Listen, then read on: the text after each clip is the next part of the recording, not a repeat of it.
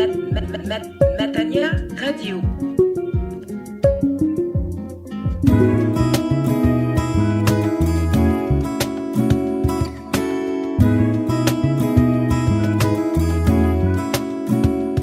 En ce dimanche des rameaux de l'année 2015, le titre de ce message que je vous invite donc maintenant, chers auditeurs de Radio Matania, à écouter, la Passion du Christ, et le 26e chapitre de l'évangile de Matthieu en est le texte de base.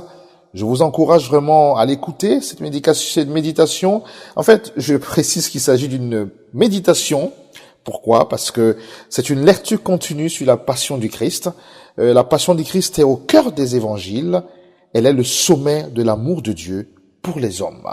Soyez vraiment enrichis et bénis, attentifs, instruits par le Saint-Esprit, par cette prédication. Nous allons nous lever, on va prier.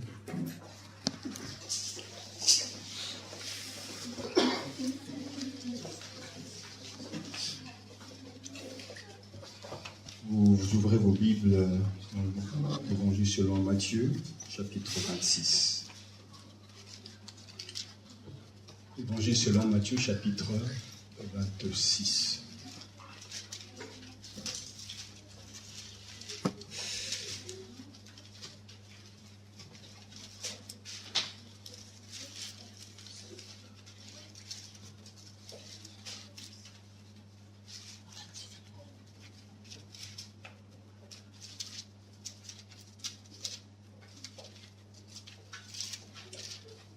L'Évangile selon Matthieu chapitre 26.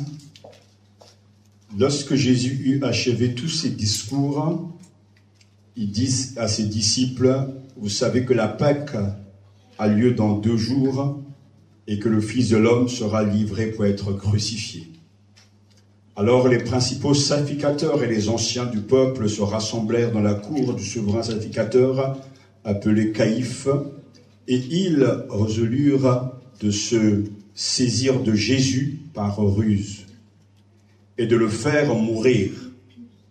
Toutefois, il disait pas en pleine fête afin qu'il n'y ait pas de tumulte parmi le peuple. Amen. Amen. Prions. Dieu notre Père, en ce dimanche,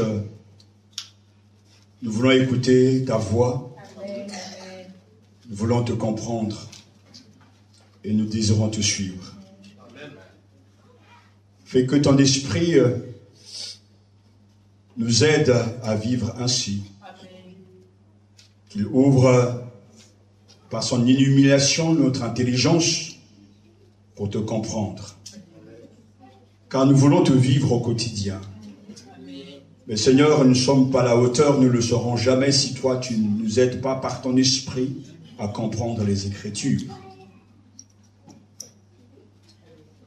qui te révèlent.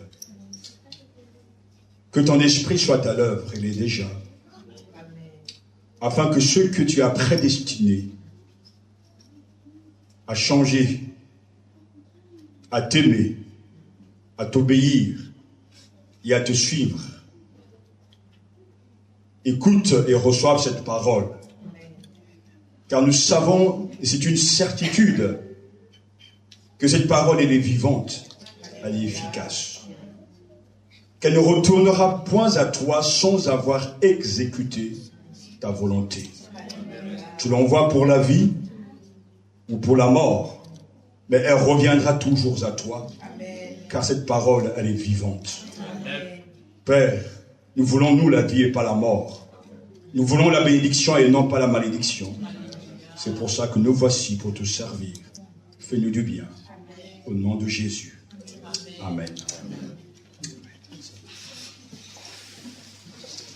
Ce matin, c'est un dimanche particulier. Et je ne prêcherai pas comme d'habitude. Bien que je prêcherai toujours le même, avec la même Bible. Je veux que ce matin, nous puissions avoir une méditation, une lecture continue avec quelques explications et applications sur la passion du Christ. Les récits de la passion qui aboutissent à la proclamation de Jésus ressuscité sont le cœur, le sommet des évangiles. Et en ce dimanche des Rameaux, il faut relire aujourd'hui la Passion. Hier, en faisant un peu de sport, je suis tombé sur un groupe de croyants catholiques.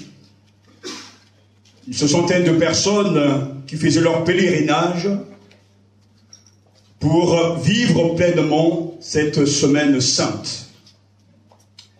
Et pour ma part, je pense que c'est une habitude que nous devrons nous aussi avoir en tant qu'évangéliques, de pouvoir passer une semaine à méditer des textes qui attestent et qui affirment avec force la passion du Christ. Parce que la passion, selon Matthieu, comme les autres évangélistes, est vraiment au cœur des évangiles. Jésus a eu un ministère terrestre de 3 ans. Il a prêché l'évangile, il a enseigné, il a fait des miracles, mais tout cela n'a rien à voir avec ce qui va se passer. Car la raison d'être de sa venue sur cette terre, le cœur même de sa mission, c'est sa mort. La mort sur la croix. Et c'est pour ça que cet événement est le sommet de l'amour de Dieu pour les hommes. Ce matin, que l'Esprit Saint nous aide à nous nourrir de Jésus et à le contempler dans toute sa majesté, parce que il a atteint le but, il a achevé la course, il a glorifié le Père. Et en ce dimanche, nous célébrons dans le même temps les rameaux qui anticipent la victoire de Jésus et sa passion, qui en un certain sens sa victoire même, qui va au-delà de notre compréhension, car Jésus rejoint la gloire de la résurrection par l'humiliation de la passion. Et la passion est là pour nous rappeler de la totale obéissance de Jésus à son Père. Jésus affronte sa passion par obéissance au Père. Il écoute le Père, puis obéit. Et c'est pour ça que dans la Bible, il y a 2 textes intéressants, d'un tiré de l'Ancien Testament et l'autre du Nouveau Testament, qui montrent cette réalité que le Christ est celui qui écoute comme un vrai disciple, mais qui obéit à son Père.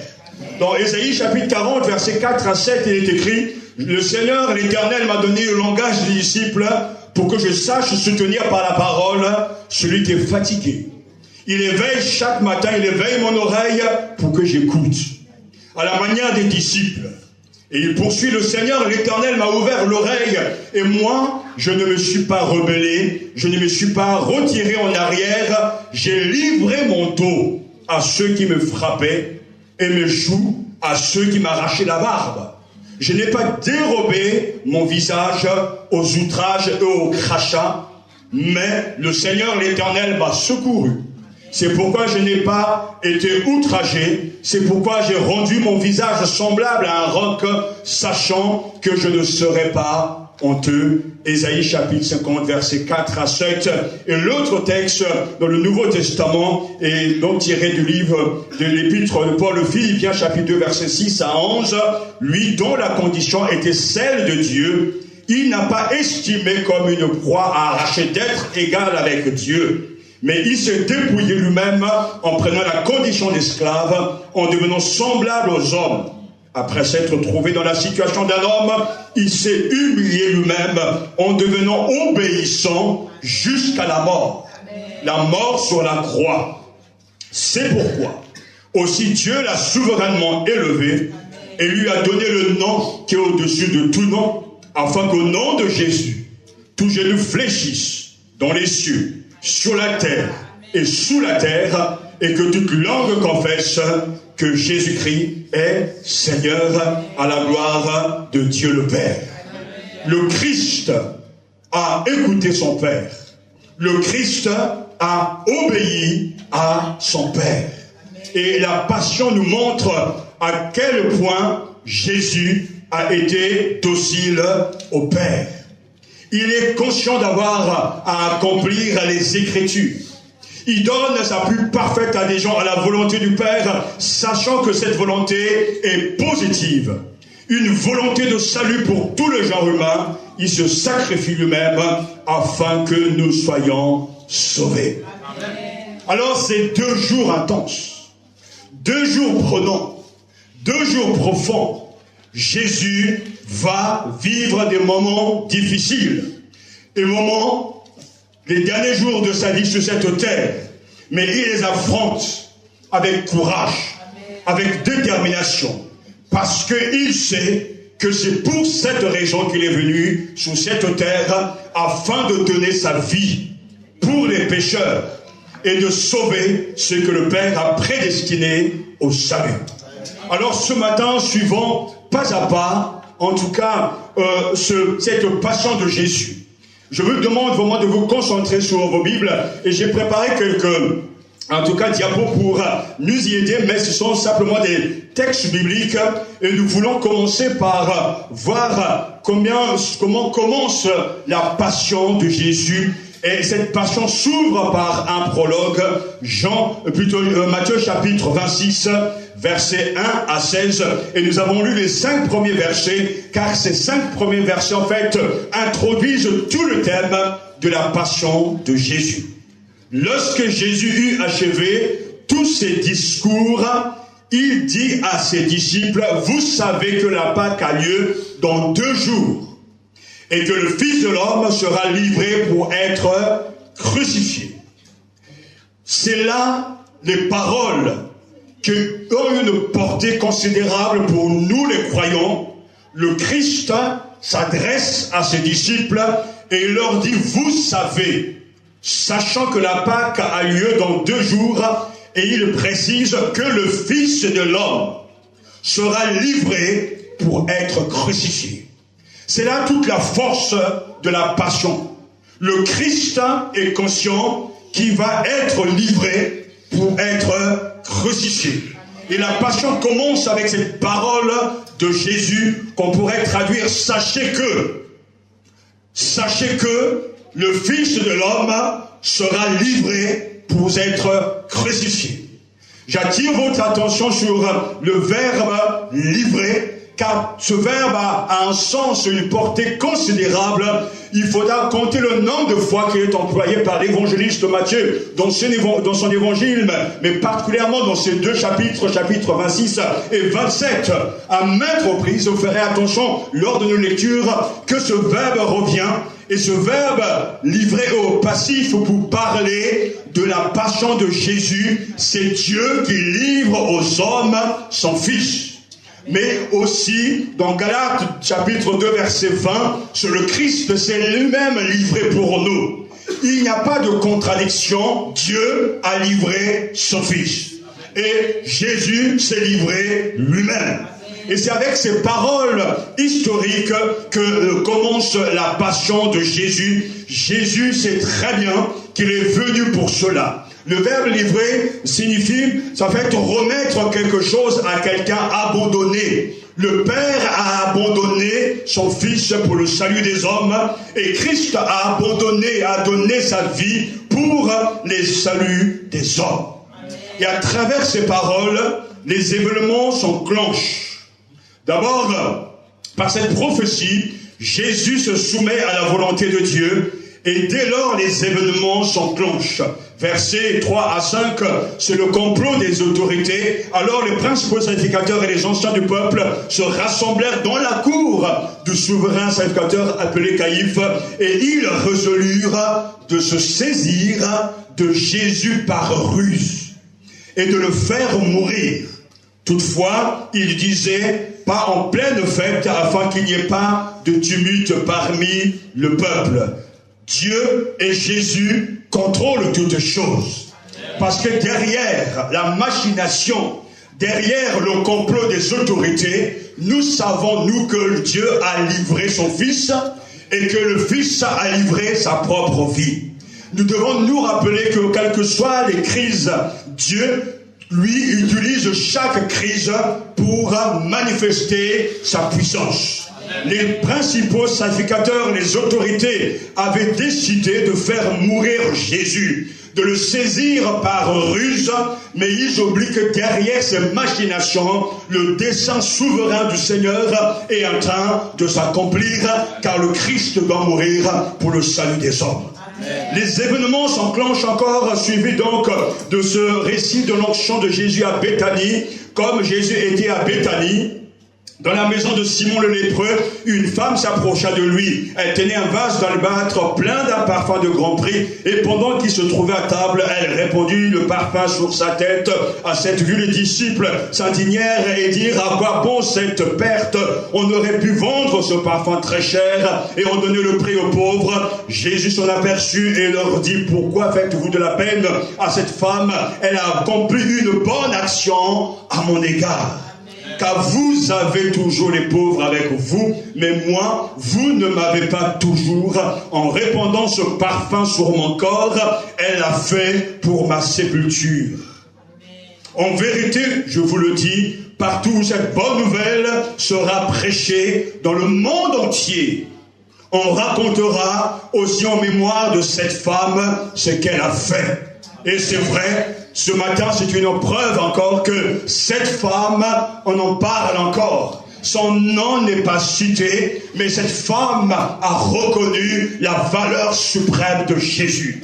C'est un plan spirituel, un plan humain, terre à terre, on pourra parler ainsi. Cette femme a su voir en Jésus l'unique, a pu donner à Jésus le meilleur, ce parfum d'un grand prix, parce que pour elle, le Christ était précieux et que le Christ n'a pas, en tout cas, de comparaison par rapport aux autres. Alors que les disciples, au lieu de se réjouir de voir ce que cette femme fait à l'égard de leur Seigneur, ils sont indignés. Oh, disciples, ils n'avaient pas encore compris la valeur suprême du Christ. Et Jésus prendra la défense de cette femme en disant qu'elle a accompli une bonne action en égard, et il va donner une parole remarquable, en vérité, une parole solennelle. Je vous le dis, partout où cette bonne nouvelle sera prêchée, dans le monde entier, y compris donc à Corbeil, on racontera aussi en mémoire de cette femme ce qu'elle a fait. Est-ce que Jésus est précieux pour toi? A-t-il de la valeur pour toi? Réfléchis ce matin, situe-toi par rapport à ce récit. Les événements se poursuivent et on passe toujours au chapitre 26, versets 14 à 16. Alors l'un des 12, appelé Judas Iscariote, alla vers les principaux sacrificateurs et dit: que voulez-vous me donner et je vous le livrerai. Et ils payèrent 30 pièces d'argent. Depuis ce moment, ils cherchaient une occasion favorable pour livrer Jésus. Judas livre Jésus. Jésus lui-même se donne. Et Dieu se sert de tout ce qui nous semble être un obstacle pour accomplir son plan. C'est Judas qui décide de livrer le Seigneur. Mais n'oublions pas, parce que c'est la base de notre texte, que Dieu a livré son Fils et que Jésus lui-même s'est livré. Mais Judas, qui est un des disciples, va livrer Jésus.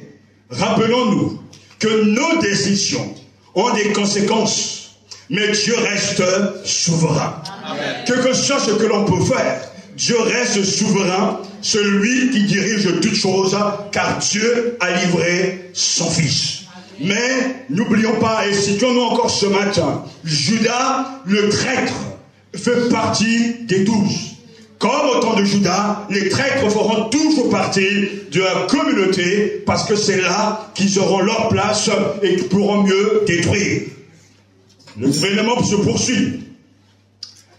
Toujours chapitre 26, Jésus va célébrer la Pâque juive avec ses disciples, ce fameux repas, le repas d'adieu.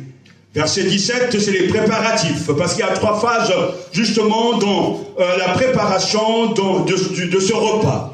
La première phase, nous l'avons ici dans le verset, à partir du verset 17. Le premier jour des pains sans levain, les disciples vinrent dire à Jésus: où veux-tu que nous te préparions le repas de la Pâque? Il répondit, allez à la ville chez un tel et dites-lui, le maître dit, mon temps est proche. C'est chez toi que je célébrerai la Pâque avec mes disciples. Les disciples firent ce que Jésus leur avait ordonné et ils préparèrent la Pâque. La fête de la Pâque célébrait jadis la libération du peuple d'Israël. Mais la fête de la Pâque et la fête des pains sans levain étaient jumelées. La fête de la Pâque durait un seul jour et la fête des pains sans levain durait 7 jours. Mais lorsque Matthieu parle du premier jour de la fête des pains sans levain, il désigne la Pâque. Et Jésus prépare cette Pâque avec ses disciples. C'est l'heure des adieux. Il est déjà prévenu que le temps est arrivé où le Fils de l'homme sera livré pour être crucifié. Les paroles d'un mourant, de celui qui se prépare à mourir, sont des paroles clés, sont des paroles qu'il faut absolument comprendre, car tout est dit dans ces paroles. Et Jésus va dire adieu entre guillemets à ses disciples. Il va donc préparer le repas de Pâques et les versets 25 à 26 sont là pour nous rappeler le début de ce repas. Le soir venu, il se mit à table avec les 12. Pendant qu'il mangeait, il dit, en vérité, je vous le dis, écoutez bien, l'un de vous me livrera. Encore le même verbe livrer. Ils furent profondément attristés. Et chacun se mit à lui dire, est-ce moi, Seigneur? Il répondit, celui qui a mis avec moi la main dans le plat, c'est celui qui me livrera. Le Fils de l'homme s'en va, selon ce qui est écrit de lui, mais malheur à cet homme-là par qui le Fils de l'homme est livré. Mieux vaudrait pour cet homme n'être jamais né. Judas qui le livrait, prit la parole et dit, est-ce moi, Rabbi? Jésus lui répondit, tu l'as dit. Judas trahit le Seigneur. Les autres disciples, les 11 autres, ne savent pas ce qui est en train de se préparer. Mais nous savons que le diable est déjà entré dans le cœur de Judas afin de faire ce qu'il avait à faire et d'accomplir ainsi la volonté de Dieu. Judas avait pénétré, en tout cas, le cercle des intimes, mais Judas était au service de Satan pour que le Seigneur soit livré pour être crucifié. Mais dans ce malheur, entre guillemets, surgira le bonheur et le salut de l'humanité.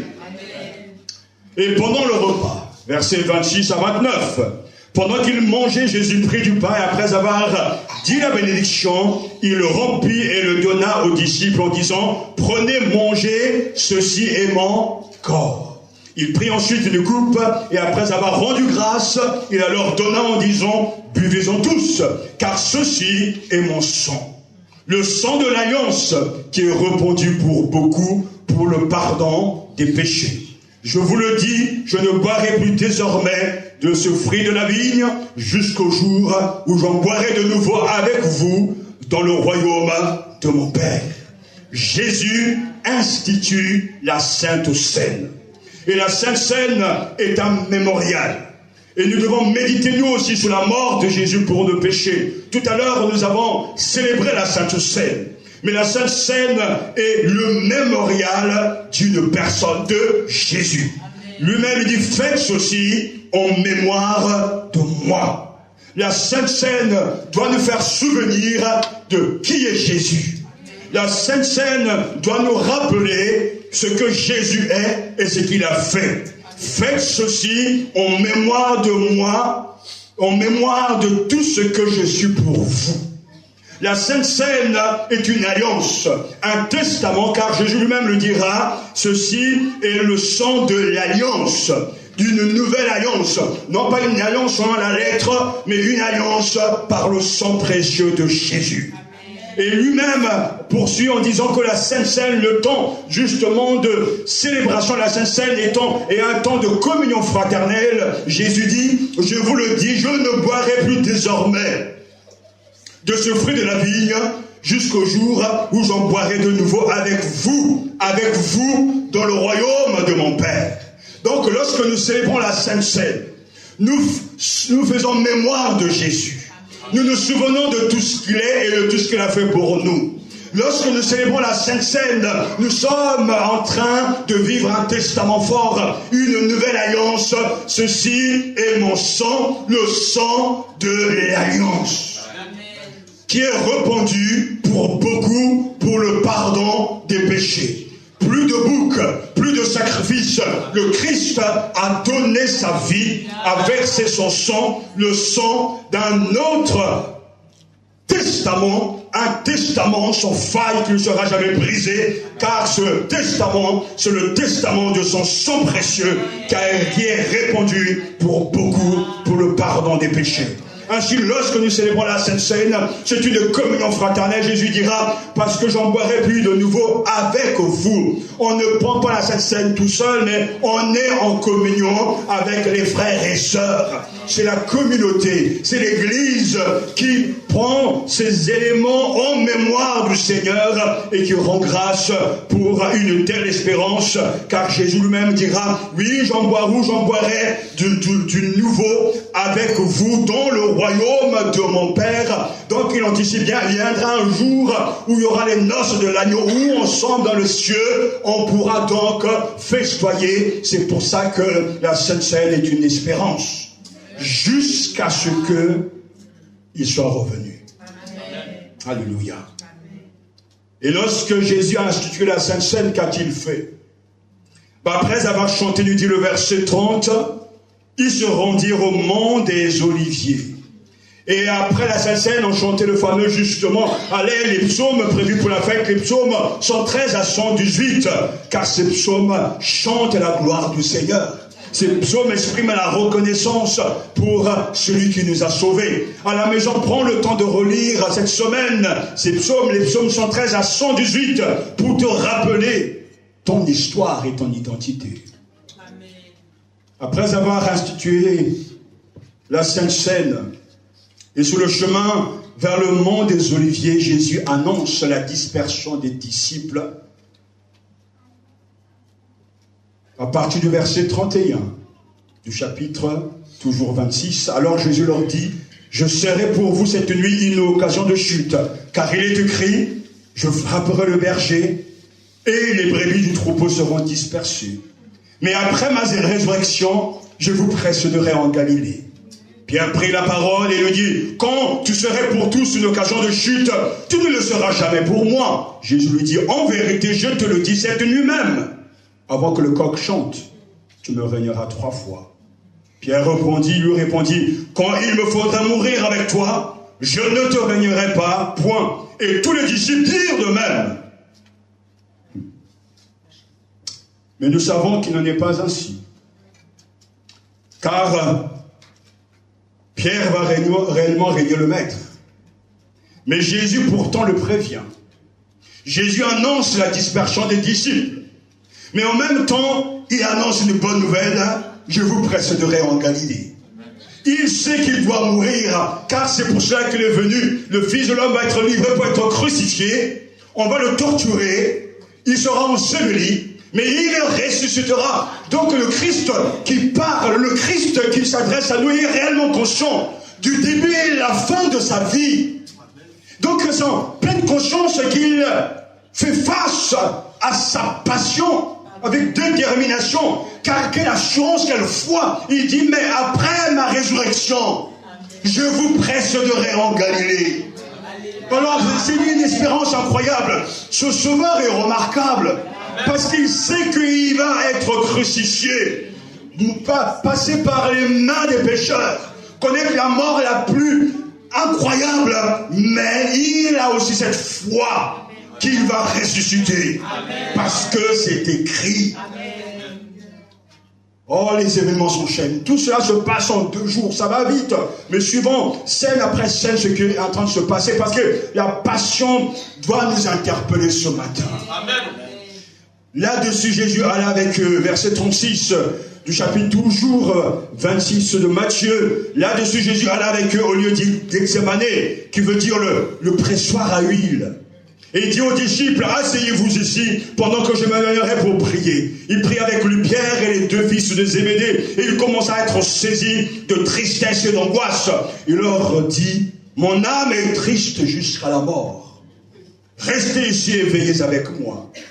Puis il s'avança un peu, se jetait la face contre terre et pria ainsi, mon Père, s'il est possible, que cette coupe s'éloigne de moi. Toutefois, non pas comme je veux, mais comme tu veux. Il revint vers les disciples qu'il trouva endormis. Il dit à Pierre, vous n'avez donc pas été capable de veiller 1 heure avec moi. Veillez et priez, afin de ne pas entrer en tentation. L'esprit est bien disposé, mais la chair est faible. Il s'éloigna une deuxième fois et pria ainsi, mon Père, s'il n'est pas possible que cette coupe s'éloigne sans que je la boive, que ta volonté soit faite. Et il revint. Et les trouva encore endormis car leurs yeux étaient apaisantis. Il quitta, s'éloigna de nouveau et pria pour la 3e fois en répétant les mêmes paroles. Puis il revint vers ses disciples et leur dit, vous dormez maintenant et vous vous reposez. Voici que l'heure est proche où le Fils de l'homme va être livré aux mains des pécheurs. Levez-vous, allons, celui qui me livre s'approche. Il arrive. Jésus à Gethsémane se soumet à la volonté de son Père. Il prie. Il demande au Père de l'éloigner. S'il était possible, éloigne de moi cette coupe. Mais il dit non pas ce que moi je veux, mais ce que toi tu veux. Il persévère une deuxième fois. Mais à la 3e fois, il se soumet à la volonté de son Père. Écoutez-moi bien. Non pas comme je veux, mais comme tu veux. Jésus ne livre pas un combat intérieur dont l'objet serait l'obéissance ou la non-obéissance. Non à la volonté de son Père, non. Il est un avec son Père. Tout à l'heure, il nous a bien dit, le Fils de l'homme va être livré pour être crucifié. Jésus est un avec son Père. Il n'y a qu'une seule volonté divine, qu'un seul dessein de Dieu. L'angoisse du Christ porte sur le moyen par lequel doit s'accomplir cette unique volonté. C'est par rapport à ce moyen que Jésus prie. Il n'est pas question de penser que Jésus est en train de fuir la croix. Jésus ne fuit pas la croix car lui-même le dit ouvertement, le Fils de l'homme va être livré pour être crucifié. Mais Jésus anticipe et angoissé par rapport aux moyens, car la croix est une infamie. La croix est un instrument de torture, un instrument barbare. Vaut mieux mourir rapidement d'une crise cardiaque qu'être crucifié sur une croix. Et de mourir à petit feu, car c'est un moment douloureux, un moment difficile, et Jésus intercède dans ce sens pour que s'il était possible, le moyen change.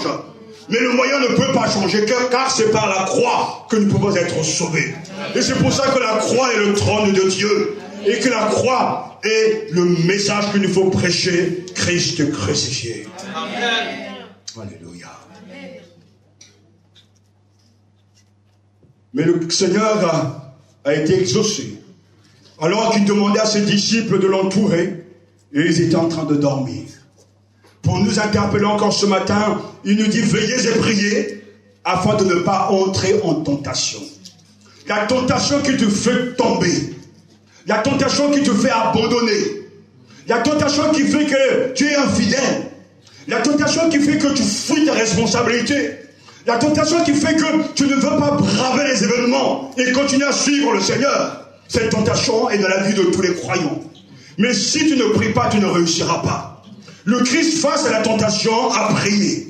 Et il dit à ses disciples, veillez, restez éveillés et priez afin de ne pas entrer en tentation. Et c'est pour ça qu'avec le Notre Père, il nous dira, justement, garde-nous du malin du tentateur. Parce que le tentateur sera toujours là. le roi du découragement, le prince de la méchanceté, celui qui fait qu'on a envie de laisser tomber, mais pour ne pas entrer en tentation, tomber dans ces pièges, il faut prier. Amen. Et si tu n'arrives pas à prier, demande à ton frère ou ta soeur qui est debout de prier pour toi, afin que ta foi ne défaille point. Amen. À peine terminé, Jésus reprend avec force et continue avec force sa marche. Il doit aller au bout. Et lui-même avertit ses disciples, celui qui me livre s'approche. Comme il parlait encore, verset 47, Judas, l'un des 12, arriva, et avec lui une foule nombreuse armée d'épées et de bâtons, envoyée par les principaux sacrificateurs et par les anciens du peuple. Celui qui le livrait leur avait donné ce signe: celui à qui je donnerai un baiser, celui, saisissez-le. C'est quand même assez fort. Comme si les autres, les foules, ne pouvaient pas reconnaître qui est Jésus. C'est seulement celui qui est proche, dans le carré, dans le cercle des intimes, qui peut vraiment vous trahir, voire aussi vous détruire. Et Judas est parmi les 12. Et Judas a donné un signe à ses copains. Ce signe, c'est le baiser de la mort. Aussitôt, il s'approcha de Jésus en disant: salut, Rabbi. Salut, mon maître. Et il embrassa le baiser de la mort. Jésus lui dit: ami, oh, quelle parole. Ce que tu es venu faire, fais-le. Alors ces gens s'avancèrent, apportèrent les mains sur Jésus et le saisirent. Le Christ maîtrise tous les événements, dès le départ. Et c'est lui-même qui encourage, entre guillemets, Judas de passer à l'action. Parce que lui, il sait que ça doit se passer ainsi. Et j'ouvre aussi une petite parenthèse. C'est une grande assurance de savoir ce que Dieu est en train de faire dans ta vie, de savoir pourquoi tu es sur cette terre. Quand tu sais que Dieu t'a prédestiné à quelque chose, et que je connais la fin parce que Dieu ne ment pas, c'est une grande assurance. C'est une grande force. C'est une grande foi qui est là, qui est née grâce aux paroles. Seigneur, Dieu m'a destiné à faire certaines choses sur cette terre. Alors je sais que les choses vont bouger ça et là, qu'il y aura plein d'acteurs, plein de sous-acteurs qui vont entrer dans ma vie, mais à la fin, je vais toujours gagner. Amen. Jésus est rempli d'assurance, il se permet d'orchestrer les choses, les événements, car le Fils de l'homme doit être crucifié. Alors il dit: oh ami, Judas, mon ami, ce que tu es venu faire, fais-le. Et mon ami, littéralement, c'est camarade ou compagnon. Expression plus familière qu'affectueuse, Jésus fait une constatation qui en même temps eu un reproche. Judas, c'est par un baiser que tu livres le Fils de l'homme. Il faudra nous arrêter aussi pour méditer. Judas a-t-il disparu de nos assemblées? Qui nous fait le plus de mal? Et comme un jour je le disais, et je le dis souvent, que celui que vous aimez le plus, c'est celui qui a le pouvoir de vous détruire. Parce que aujourd'hui, il y a bien des situations où ça ne marche pas. Quelquefois, on peut parler un peu de politique à la maison avec des amis et on cherche à comprendre pourquoi, lorsqu'il y a des dictateurs dans nos pays, on n'arrive pas à les enlever du pouvoir. Mais à chaque fois qu'il y a un coup d'État qui se prépare, ça c'est en tout cas c'est les méthodes des gens du monde, bien sûr. Nous sommes chrétiens, nous ne sommes pas dans les coups d'État, nous ne sommes pas en train de vous renverser du sang. Mais quand il y a un coup d'État qui se prépare, tous ceux qui sont en tout cas dans le secret s'entendent à un moment donné, mais à un moment donné, il y en a toujours un qui réussit à les vendre, à trahir, vendre la mèche. Mon épouse me disait que souvent dans le pays, à chaque fois qu'on a failli retirer du pouvoir le président, il y a toujours quelqu'un qui va le prévenir. À la dernière minute, il y a toujours quelqu'un qui sera corrompu, acheté. Et c'est sûr que c'est celui qui est tellement proche qui peut tout arrêter comme tout détruire. Mais en même temps, nous devons nous interroger ce matin. Nos souffrances, les souffrances de Christ, sont pourtant voulues par le Père. Lui-même l'accepte. Et c'est bien lui-même, Jésus, qui a choisi Judas. L'avait-il choisi parce qu'il savait et qu'il devait le faire? Parce que c'est écrit. Mais nous devons aussi nous rappeler que c'est bien Judas lui-même qui a décidé de vendre le Christ. Donc il est maître de ses actes. On ne peut pas le déculpabiliser en disant ce n'est pas de sa faute, c'était prédestiné, il ne peut pas faire autrement. Nous aussi, nos vies sont en jeu. Et chaque jour, nous posons des actes qui ont des conséquences. Soit pour la vie éternelle, soit pour la mort. Et à la fin, on ne pourra jamais dire que c'est la faute de Satan, la faute du péché, la faute de ceci. Il arrive même à la maison quand je suis avec ma épouse, je dis mais je n'ai pas de problème avec les gens, ils peuvent faire ce qu'ils veulent. J'ai pas de problème avec le diable, j'ai pas de problème avec le monde. Le vrai problème que j'ai est avec mon Dieu. Parce que je sais que celui qui est souverain, celui qui est tout puissant, celui qui peut mettre et amener dans l'église les bonnes personnes, celui qui peut convertir, celui qui peut baptiser du Saint-Esprit. Donc mon problème n'est pas avec les méchants, ceux qui sont contre nous, ou pour nous, non, n'est pas là le problème. Le problème est avec Dieu. Qu'est-ce que Dieu est en train de faire? Pourquoi Dieu tarde-t-il à faire sa volonté? Il a ses raisons, mais tout est centré sur lui. Mais nous sommes responsables. Est-ce que ça veut dire que maintenant on doit laisser tout faire parce qu'il y a un dessein, il y a des choses qui sont prédestinées? Non, il nous faut faire les choses. Jésus n'a pas pris simplement connaissance du dessein de son Père. Il y est entré de tout son cœur.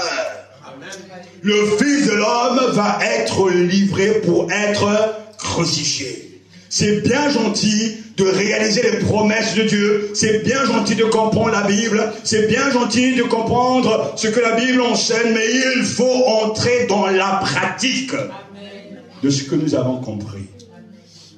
Et Jésus a la maîtrise sur les événements parce qu'il sait. Et c'est pour ça que lorsqu'on vient, en tout cas, l'arrêter, le Christ ne se laisse pas du tout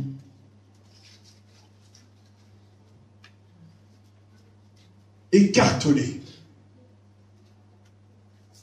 Alléluia.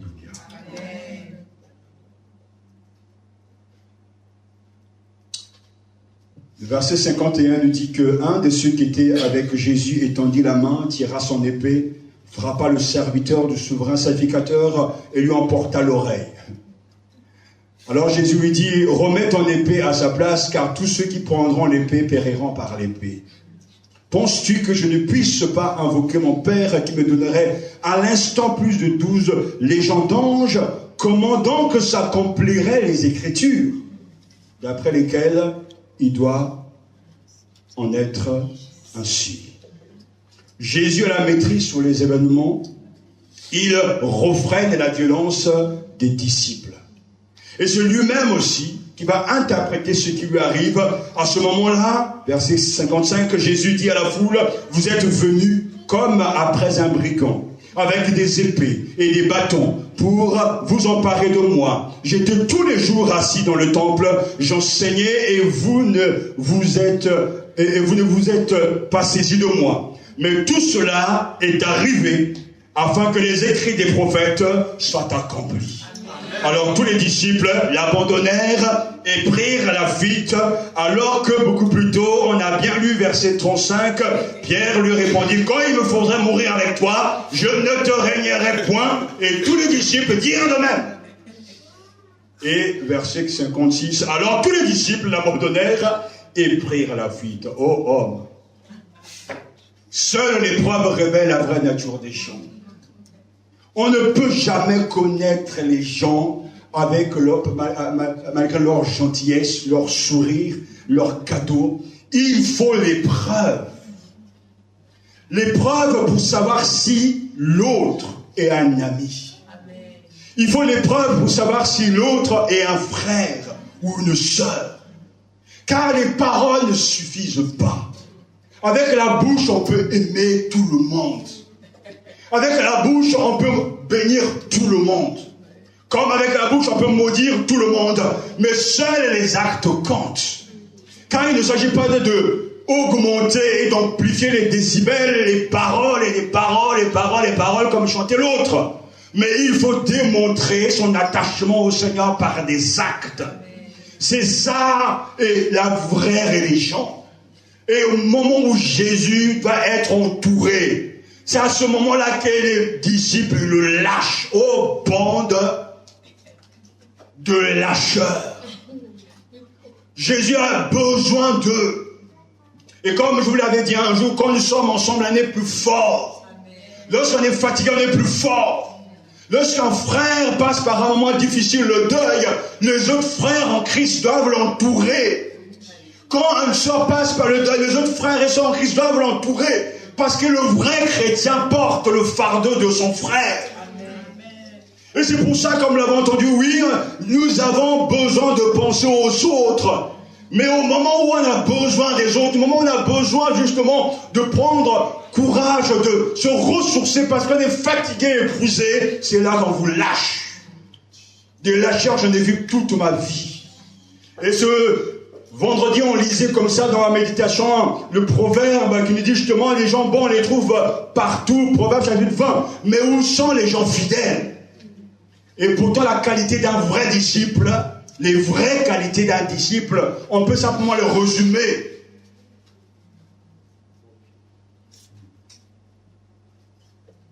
Par deux mots: bonté, fidélité. Amen. Car Jésus lui-même dira: entre dans la joie de ton être bon et fidèle serviteur. Amen. Les disciples devaient prouver leur fidélité à l'égard du Christ. Les temps, les moments et un moment difficile. Mais pourtant, ils abandonnèrent et ils prirent la fuite. Je rends grâce à Dieu lorsque j'ai lu ce texte. Cette scène est profondément humaine. Je les comprends, parce que je connais le cœur humain. Mais en la laissant consigner dans les évangiles, les apôtres ont fait preuve d'une incontestable humilité. Ils ne ont pas caché leurs failles. Et c'est rassurant de savoir que Dieu va utiliser ces hommes-là. Mais on ne parle pas ici des péchés particuliers, on parle ici des traits de caractère. Car tous nous péchons d'une manière ou d'une autre. Mais le caractère des vainqueurs, des bosseurs de Dieu, de ceux qui ne lâchent rien, ça c'est encore autre chose. Et c'est dans ce moment de crise qu'on a besoin de voir les vrais caractères, les tempéraments des gens. Car les lâcheurs continuent à nous lâcher et ils continueront toujours. Mais laissez-moi vous dire entre parenthèses, tout ça c'est déjà prévu. Car celui qui a parlé il y a quelques années, c'est ce qui est en train de se passer. La fin, elle est claire. C'est autrement, c'est que ce que vous ne voyez pas encore. Mais des choses doivent arriver avant que ça n'arrive. C'est quand même incroyable que les choses que je dis, les gens ne les écoutent pas. Parce qu'on a pu parler de mort et cette année, c'est parti. Dieu sait toutes choses. Rien n'est caché qui ne sera révélé. Mais quand la crise est là, Dieu soit béni parce qu'on voit le vrai visage des gens.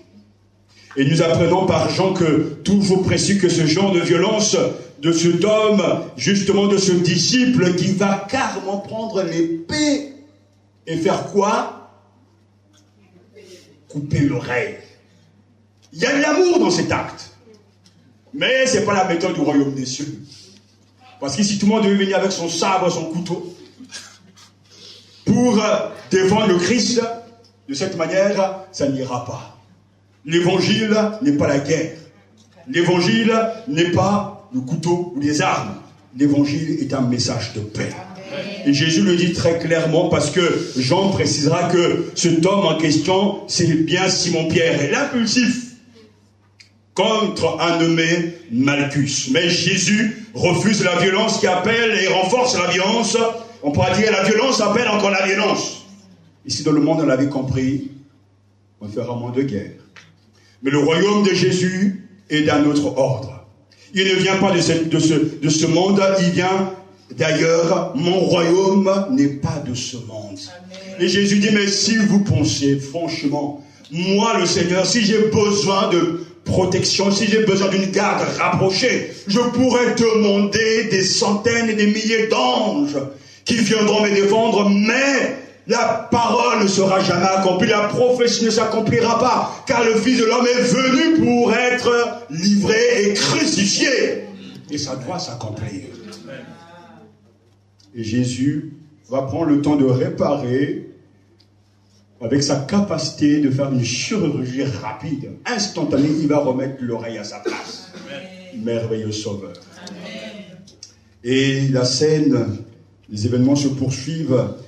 Alors, nous avons l'introduction du procès, de versets 57 à 58. Ceux qui avaient saisi Jésus l'amenèrent chez le souverain sacrificateur Caïphe, où les scribes et les anciens s'assemblèrent. Pierre le suivit de loin jusqu'à la cour du souverain sacrificateur. Il entra et s'assit avec les gardes pour voir comment cela finirait. Alors, c'est là vraiment le procès, la déposition des faux témoins, versets 59 à 61 du chapitre 26 de Matthieu toujours. Les principaux sacrificateurs et tous les Sanhédrines cherchaient quelques faux témoignages contre Jésus pour le faire mourir. Vraiment, ils l'ont foulé à mort. Hein. Mais ils n'en trouvèrent pas. Quoique plusieurs faux témoins se soient présentés, enfin, il en vint deux qui dirent, celui-là a dit, je puis détruire le temple de Dieu et le rebâtir en 3 jours. Et c'est vrai. Mais il n'avait rien compris. Comme quoi, un passage hors contexte est un prétexte. Ne comprenant pas les voies de Dieu, les pensées de Dieu, il tord le sens des paroles du Christ, car Jésus avait bien dit ces choses, mais ce n'est pas de cette manière qu'il parlait. Et entre le dialogue entre Jésus et le grand prêtre commence avec, à partir du verset 62 jusqu'à verset 66, le souverain sacrificateur se leva et lui dit, ne réponds-tu rien? N'oublions pas que le souverain sacrificateur, le grand prêtre, est le chef religieux. Il dit, le souverain sacrificateur se leva et lui dit, ne réponds-tu rien? De quoi témoigne-t-il contre toi? Jésus garda le silence. Quel exemple. Et le souverain sacrificateur lui dit, je t'adjure par le Dieu vivant de nous dire si tu es le Christ, le Fils de Dieu. Jésus lui répondit, tu l'as dit. De plus, je vous le déclare, vous verrez désormais le Fils de l'homme assis à la droite du Tout-Puissant et venant sur les nuées du ciel. Alors le souverain sacrificateur déchira ses vêtements et dit, ah, il a blasphémé. Qu'avons-nous encore besoin de témoins? Vous venez d'entendre son blasphème. Qu'en pensez-vous? Ils répondirent, il est passible de mort. Le verdict est tombé. Alors que le procès est truqué, il y a des faux témoins, l'accusation n'est pas fondée, mais derrière, il y a la haine. Lorsqu'on n'aime pas quelqu'un, on trouvera même des preuves. Jésus, nous dit le texte, n'avait rien fait de mal. Il n'avait rien fait de mal. Mais pourtant, on arrive à trouver des faux témoins. On arrive à trouver le grand prêtre qui était jaloux, qui était en colère, et qui ose même déchirer son vêtement. De grands sacrificateurs, de grands prêtres, pour dire, oh, ils utilisent des mots chargés de sens. Le temps, moment, parce qu'il me faut là au moins 6 mois pour prêcher sur les du chapitre, parce qu'il y a tellement de choses à dire, mais dire, oh, mais il a blasphémé. Mais pourquoi? Parce que Jésus affirme, tu l'as dit, et désormais vous verrez le Fils de l'homme assis à la droite du Tout-Puissant et venant sur les nuées du ciel. Lui, ce Jésus, ce petit, lui qui vient de Nazareth, ose affirmer qu'il est Dieu, et qu'il est le Fils de l'homme, assis à la droite du Tout-Puissant, et qu'il viendra sous les nuées du ciel accompagné des anges. Oh, quel blasphème! D'ailleurs, entre parenthèses, on n'aime pas les gens qui affirment leur identité. Juste entre parenthèses. On aime bien dire, voilà, je suis rien, sinon par ta grâce, je me débrouille, mais ça va affirmer, je suis un grand homme de Dieu. J'ai un avenir avec Dieu. Certains vont penser que c'est simplement de l'orgueil. Non, j'affirme ce que je suis. Parce que ce que je suis, c'est ce que Dieu me dit que je suis. Et je le affirme, je le déclare. Ce n'est pas faire preuve d'orgueil de dire, je suis enfant de Dieu. Je suis homme de Dieu, je suis une femme de Dieu. Je suis un intercesseur. C'est affirmer son identité. Je suis en Christ. J'ai reçu l'Esprit Saint. Le Christ habite en moi.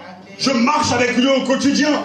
Être capable de l'affirmer. Ce langage n'est pas courant dans les assemblées parce qu'on aime ce côté un peu sournois de faire croire qu'on n'est rien des misérables. On le sait, je le sais, Dieu le sait, Satan le sait, tout le monde le sait. Mais le langage de la foi, ce n'est pas dire je suis le minable, mais je suis en Christ. Amen.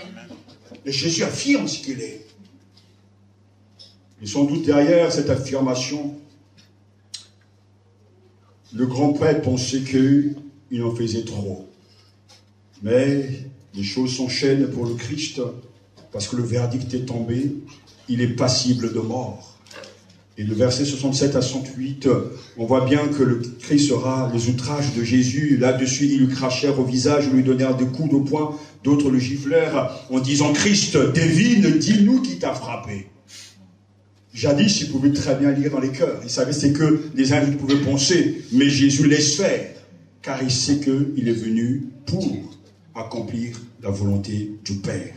Et Jésus est armé de cette pensée de souffrir, comme tous les chrétiens qui sont engagés avec le Seigneur doivent avoir la pensée de souffrir avec lui.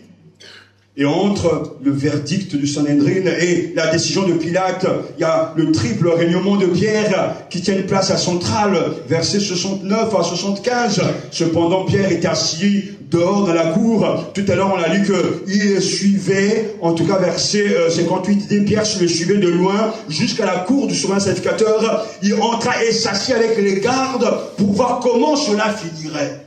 Donc, jusque-là, il est vraiment sympathique, il suit son maître.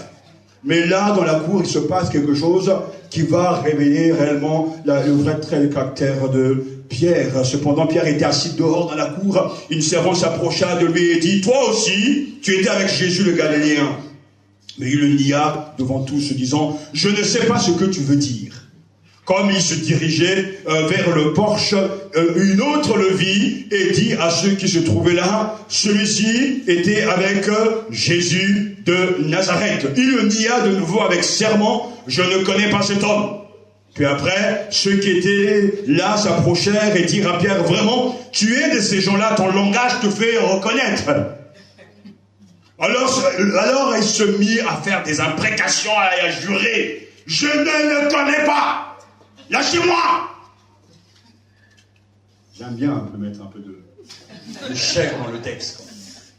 Aussitôt le coq chanta. Cocorico, cocorico, cocorico. Et Pierre se souvient de la parole que je lui avais dite. Avant que le coq chante, Dieu meurt.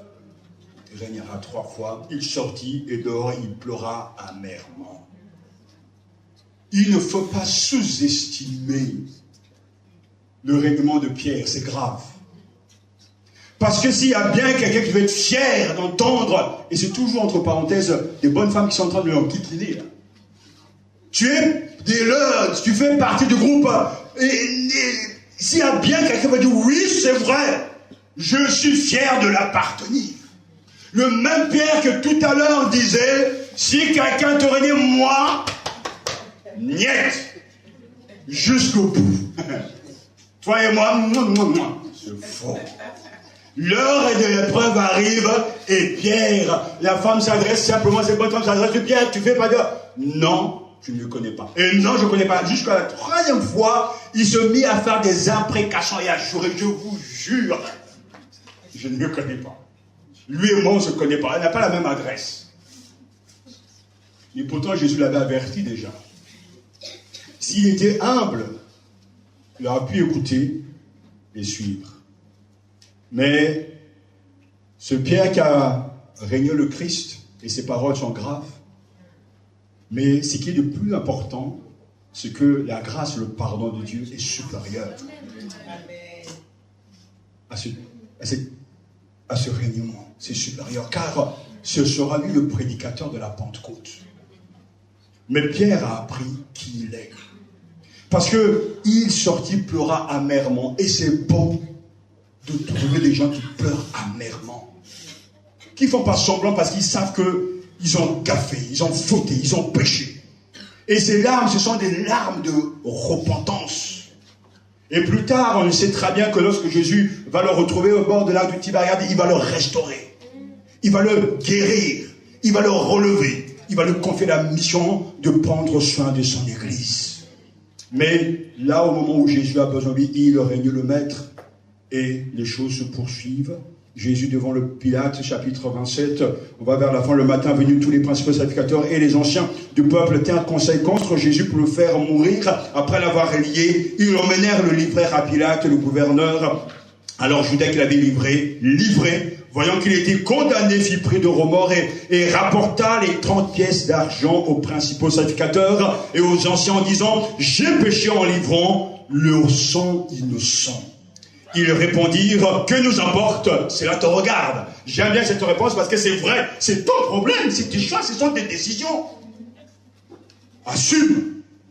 Et Judas jeta les pièces d'argent dans le temple et se retira et alla se pondre. Les principaux sacrificateurs ramassèrent les pièces et dirent, il n'est pas permis de les remettre dans le trésor sacré, puisque c'est le prix du sang. Et après en avoir délibéré, ils achetèrent avec cet argent le champ du potier pour la sépulture des étrangers. C'est pourquoi ce champ est appelé champ du sang jusqu'à ce jour. Nous voyons là, en tout cas, le deuxième souci de la Bible, parce que Judas est dans les remords. Judas est totalement brisé. Il n'avait pas semblé avoir mesuré les conséquences de sa trahison.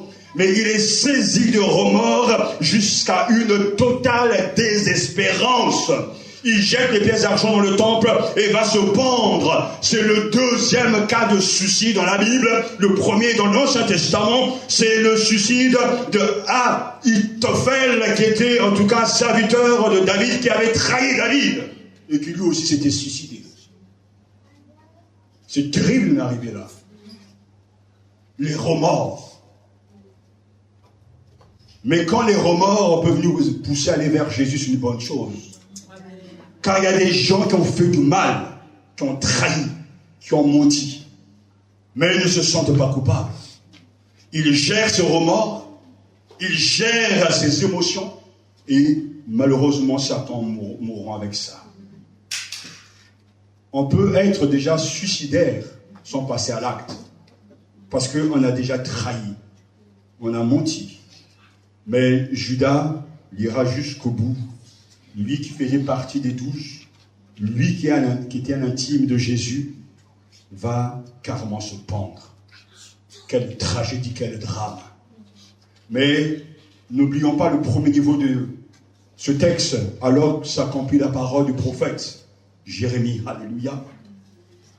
Ils ont pris les 30 pièces d'argent, la valeur de celui qui a été estimé par les fils d'Israël, et ils les ont donnés pour le champ du potier, comme le Seigneur me l'avait ordonné. Alléluia. Amen. Ça devait se passer ainsi. La parole, la prophétie devait s'accomplir. Et Jésus se dirige tout droit vers la croix. Jésus comparut devant le gouverneur, chapitre 27, versets 11 à 26. Le gouverneur l'interrogea en ces termes, es-tu le roi des Juifs? Jésus lui répondit, tu le dis. Mais il ne répondit rien aux accusations des principaux sacrificateurs et des anciens. Alors Pilate lui dit, n'entends-tu pas tout ce dont il t'accuse? Et Jésus ne lui donna de réponse sur aucun point, ce qui étonna beaucoup le gouverneur. À chaque fête, le gouverneur avait coutume de relâcher et emprisonner celui qui demandait la foule. Il avait alors un prisonnier fameux nommé Barabbas. Comme ils étaient assemblés, Pilate leur dit, lequel voulez-vous que je vous relâche, Barabbas ou Jésus appelé le Christ?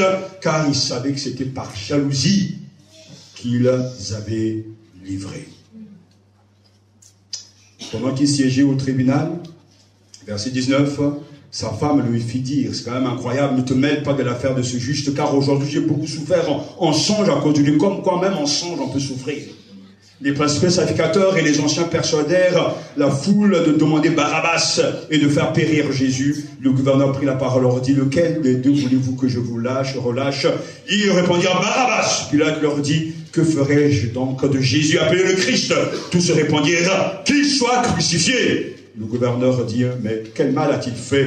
Et ils le crièrent encore plus fort, qu'il soit crucifié. Pilate, voyant qu'il ne gagnait rien, mais que le tumulte augmentait, prit de l'eau, se lava les mains en présence de la foule et dit, je suis innocent du sang de ce juste, cela vous regarde. Et tout le peuple répondait, ce que son sang retombe sur nous et sur nos enfants. Ô homme, qu'est-ce que vous êtes en train de dire? Ce Jésus qui n'a commis aucun crime, nous l'acceptons comme le vrai roi. Et ce passage nous montre la responsabilité des uns et des autres. Les Sanhédrites, ceux qui sont dans le Sanhédrin, justement, qui excitent la foule, ceux qui sont derrière. Et la foule qui se laisse manœuvrer. Et Pilate qui cède à la foule. On voit bien la responsabilité des uns et des autres. Parce que le mal peut être là, mais c'est typiquement ce qui se passe constamment. Il y a toujours des gens derrière qui excitent les autres parce qu'ils sont jaloux. Alors ils se font un petit club et il y a toujours un leader dans le groupe de mal. Il y a toujours quelqu'un qui va exciter. Et là, justement, ce sont des gens du Sanhédrin qui sont en train d'exciter la foule. Demandez Barabbas, demandez Barabbas, demandez Barabbas. Il y a toujours des esprits tellement légers, des gens qui sont capables de dire non, qui vont dire oui et se laissent manœuvrer et ils vont parler au nom du démon. Et puis là, tu dis carrément, il a démissionné, il fait semblant de laver ses mains devant tous, alors que sa femme lui a vraiment conseillé, vraiment une bonne conseillère, ne t'occupe pas de ce juste. Mais c'était un vrai lâche. Mais tout cela faisait partie du dessein de Dieu. Alors Pilate leur relâcha Barabbas, et après avoir fait flageller Jésus, il le livra pour être crucifié, et Jésus est outragé et bafoué. Les soldats du gouverneur conduisirent Jésus dans le prétoire et ils assemblèrent autour de lui de toute la cohorte. Ils ôtèrent ses vêtements et le couvrirent d'un manteau écarlate. Ils tressèrent une couronne d'épines qu'ils posèrent sur sa tête et ils lui mirent un roseau dans la main droite. Et puis ils s'agenouillèrent devant lui en se moquant de lui en disant « Salut, roi des Juifs !» Et ils le crachaient sur lui, prenaient le roseau et le frappaient sur la tête. Après s'être ainsi moqués de lui, ils lui ôtèrent le manteau, ils lui remirent ses vêtements et l'amenèrent pour le crucifier. Jésus sur la croix subit les insultes de tous ces personnages et en sortant, ils rencontrèrent un homme de Cyrène appelé Simon et ils le forçaient à porter justement la croix de Jésus. Alléluia. Arrivé au lieu de Golgotha, ce qui signifie lieu du crâne, ils lui donnèrent à boire du vin mêlé de ciel, mais quand il eut goûté, ils n'en voulut pas. Après l'avoir crucifié, ils se partagèrent ses vêtements en tirant au sort afin que s'accomplisse la parole du prophète. Ils se sont partagés mes vêtements et ils ont tiré au sort ma tunique. Puis ils s'assirent et le gardèrent, en plaçant au-dessus de sa tête une inscription indiquant le motif de sa condamnation. Celui-ci est Jésus, le roi des Juifs. Cette scène est terrible. Les passants se moquent de lui. Les autorités juives qui sont venues voir sa mort sont là en train de se moquer de lui. Et même les deux brigands sur la croix se moquent de lui. Jésus garde la foi. Jésus est ferme. Avec lui furent alors crucifiés deux brigands, l'un à droite, l'autre à gauche. Verset 38, les passants blasphémaient contre lui et secouaient la tête en disant, toi qui détruis le temple et qui le rebâtis en 3 jours, sauve-toi toi-même si tu es le Fils de Dieu, descends de la croix. Les principaux sacrificateurs avec les scribes et les anciens se moquaient aussi de lui et disaient, il a sauvé les autres, il ne peut se sauver lui-même. Oh, quelle ironie! Il est roi d'Israël qui descend de la croix et nous croirons en lui. Il s'est confié en Dieu, que Dieu le délivre maintenant s'il l'aime, car il a dit je suis le Fils de Dieu. Tout ce qu'ils sont en train de dire, c'est vrai. Mais ce n'est plus le moment, car Christ doit être livré pour être crucifié. Les brigands crucifiés avec lui l'insultaient de la même manière. Enfin, les ténèbres sont là aussi. Et depuis la 6e heure jusqu'à la 9e heure, il y eut des ténèbres sur toute la terre. Et vers la 9e heure, Jésus s'écria d'une voix forte, Élie, Élie, lama sabachthani, c'est-à-dire mon Dieu, pourquoi m'as-tu abandonné? Quelques-uns de ceux qui étaient là l'entendirent et disaient, il appelle Élie. Aussitôt l'un d'eux courut prendre une éponge, il le remplit de vinaigre, il la fixa dans un roseau et lui donna à boire. Mais les autres dirent, laissez, voyons si Élie viendra le sauver. Jésus poussa de nouveau un cri d'une voix forte et rendit l'esprit. Alléluia. Amen. Jésus a souffert pour nos péchés et il est mort pour tous les hommes. Cette scène est remarquable. Le temps avance, mais il y a tellement de vérité lorsque nous contemplons cette scène, les ténèbres, la prière de Jésus, verset 46, la scène d'Élie, versets 47 et 49, la mort de Jésus. En une seule phrase, Jésus poussa de nouveau un cri d'une voix forte et rendit l'esprit. Mais après avoir livré sa vie, on voit déjà les fruits de la vie à venir. Et voici, le voile du temple se déchira en deux, du haut en bas. La terre trembla, les rochers se fondirent, les tombeaux s'ouvrirent, et les corps de plusieurs saints qui étaient décédés ressuscitèrent. Ils sortirent des tombeaux, entrèrent dans la ville sainte après la résurrection de Jésus et apparurent à un grand nombre de personnes. Les centeniers, ceux qui étaient avec lui pour garder Jésus, voyant le tremblement de terre et ce qui venait d'arriver, furent saisis d'une grande crainte et dirent: il était vraiment le Fils de Dieu. Oui, oui, oui, Jésus est vraiment le Fils de Dieu. Dès qu'il va rendre l'esprit, le voile du temple se déchire. C'est un nouveau commencement. Le présage d'un monde nouveau. Les morts en Christ se ressuscitent. Et ils vont aller avec le Seigneur dans la gloire en attendant nous autres. Alléluia. Le Christ vient de faire ce pourquoi il était venu, livrer sa vie pour le péché de l'humanité. Et là, au pied de la croix, il y avait plusieurs femmes qui regardaient de loin. D'abord, ce centenier qui va reconnaître qu'il est réellement le Fils de Dieu. Et ces femmes qui étaient là, qui regardaient de loin, celle-là, même qui avait accompagné Jésus depuis la Galilée pour le servir, au moins elle. Amen. Amen. Merci ma soeur. Au moins elle n'avait pas démissionné. Elle n'avait pas abandonné. Et d'ailleurs, c'est quelque chose de tout à fait incroyable. Au pied de la croix, il y avait plus de femmes que d'hommes. Les hommes, nous, on est des fois des lâches. Quand il s'agit d'assumer nos responsabilités, on se cache derrière les femmes. Que Dieu donne une génération de femmes remplies du Saint-Esprit pour réveiller l'Église. Alléluia. Elles étaient là. Il y avait Marie-Madeleine, Marie, mère de Jacques et de Joseph, et la mère des fils de Zébédée. Elles étaient là. Quel finale. Mais ce n'était pas tout, ce n'était que les 2 jours. Le reste, on va le célébrer dimanche prochain. Car les versets 57 à 61, Jésus est enseveli. Et à partir du chapitre 27, verset 57, jusqu'au chapitre 28, verset 20, Jésus tombe, Jésus plutôt sort victorieux du tombeau. C'est la Pâque. Christ est ressuscité.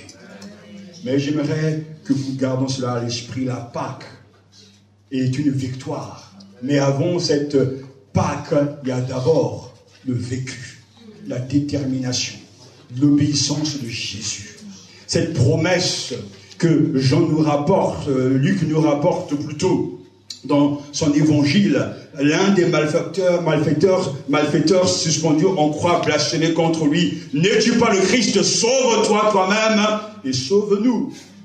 Mais l'autre lui fit des reproches et dit: ne crains-tu pas Dieu, toi qui subis la même condamnation? Pour nous c'est justice, car nous recevons ce qu'on mérite nos actes, mais celui-ci n'a rien fait de mal.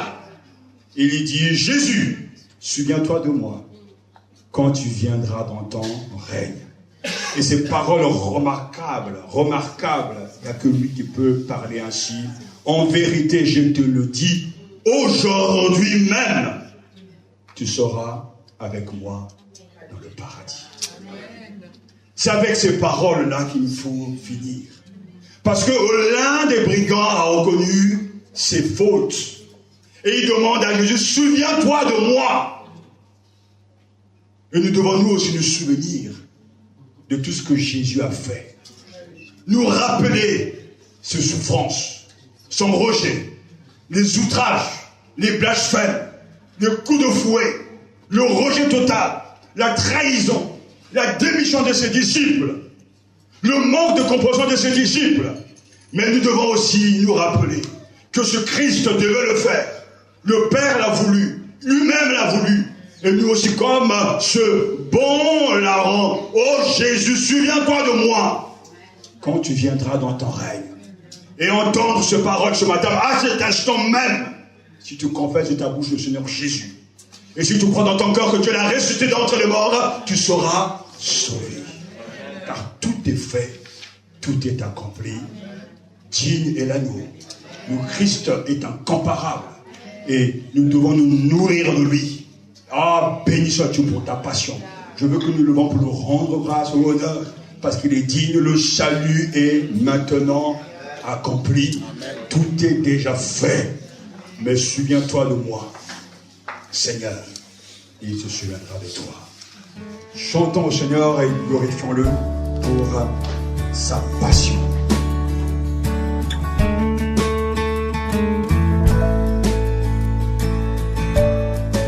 Sur le mont du Calvaire,